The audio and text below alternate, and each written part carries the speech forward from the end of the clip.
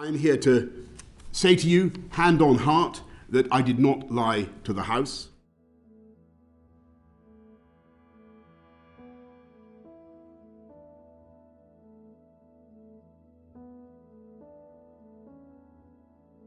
Now, everyone knows that there are some features of this proceeding that are extremely peculiar.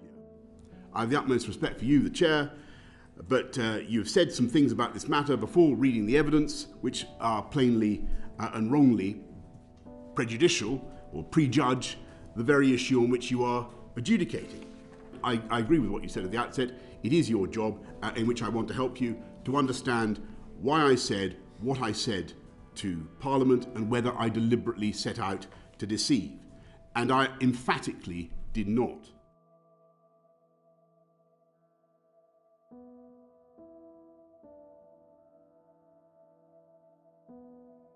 If it was obvious to me that these events were contrary to the guidance and the rules, then it must have been equally obvious to dozens of others, including the most senior officials in the country, all of them, most of them like me, responsible for drawing up the rules, and it must have been obvious to others in the building, including the current Prime Minister. The picture shows this gathering. It appears to show multiple bottles of alcohol in the bottom right-hand corner of the photograph. Would you say that that is strictly necessary for a work event?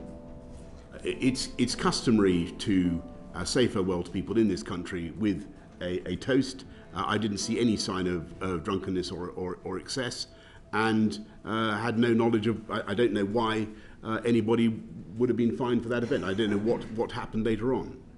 I think the first point is that it's fair to say that you didn't say that we did every effort to comply with the guidance of the House of Commons, and you didn't say that... No, I'm saying that we followed the guidance completely, that we were following the guidance to the best of our ability, which was what the guidance provided for.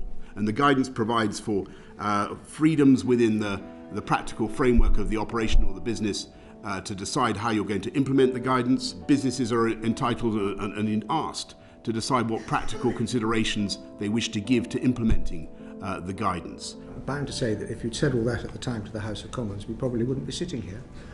But you didn't. If you'd been asked at a press conference with your podium saying hands, face, space, whether it was okay for organisations to hold unsocially distanced farewell gatherings in the workplace, what would you have said? I would have said that it's up to organisations, as the guidance says, to decide how and they are going to implement the guidance, amongst which is, of course, social distancing. Where they can't do social distancing perfectly, they can't maintain 2 metres or 1 metre, then they're entitled to have mitigations. So the answer is you would have said it was okay? No, I said the answer is that you should do what the guidance says to come out. But actually, I thought that the Leader of the Opposition would not bother with that story for his main line of That's presence. irrelevant. It is relevant. The question is, why did you not take proper advice? Sorry. The answer is quite simply that over the, and I've tried to describe what I felt about these events as they were happening. Nobody raised with me or had any concern before I stood up on December the 1st about those events. You did not ask. I did say, this is complete nonsense. I mean, complete nonsense. I asked the relevant people. They were senior people. They've been working very hard. They gave Jack Doyle gave me a clear account of what had happened. The Cabinet Secretary.